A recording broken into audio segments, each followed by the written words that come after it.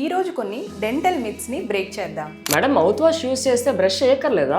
Mouth wash use చేయడం మంచిదే. దానివల్ల బుగ్గ లోపల భాగం, తర్వాత నాలుక, ఇంకా అంగిటి అయితే క్లీన్ అవుతుంది. బెస్ట్ థింగ్ ఏంటంటే మీరు బ్రష్ చేసిన తర్వాత మౌత్ వాష్ యూస్ చేస్తే మీకు ఎక్కువ మంచి రిజల్ట్ ఉంటుంది. మేడం డెంటల్ ఎక్స్రే డేంజరా మేడం?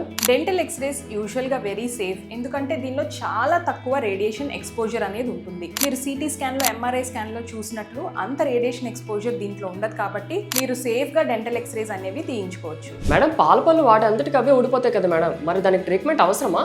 పాలపల్లికి యూజువల్ గా వాటంతటా అవే ఊడిపోతాయి, కానీ ఈ లోపు వాటికి ఏదన్నా కేరీస్ కానీ ఏదన్నా ఇన్ఫెక్షన్ కానీ వస్తే ఈ ఇన్ఫెక్షన్ అనేది లోపలున్న పర్మనెంట్ టీత్ కూడా అంటుకునే అవకాశం ఉంటుంది. అందుకనే మీ పాలపల్లికి ఏదన్నా ప్రాబ్లం వచ్చినప్పుడు డెఫినెట్ గా డెంటిస్ట్ దగ్గరికి వెళ్ళి దాన్ని ట్రీట్ చేసుకోవాలి. మేడం బ్రేసెస్ అనేవి చిన్నపిల్లలకైనా లేకపోతే పెద్దవాళ్ళు కూడా వేసుకోవచ్చా?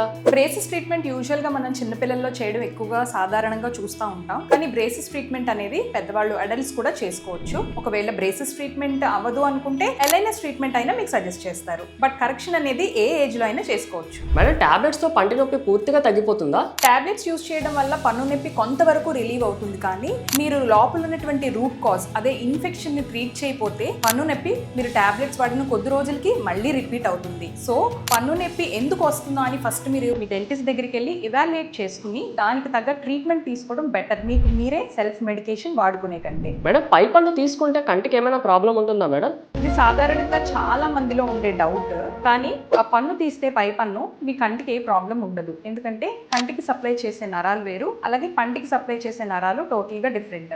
సో పై పన్ను తీసినప్పుడు మీ కంటి చూపుకైతే ఎటువంటి ఇబ్బంది ఉండదు, ఇది కేవలం మిత్ మాత్రమే.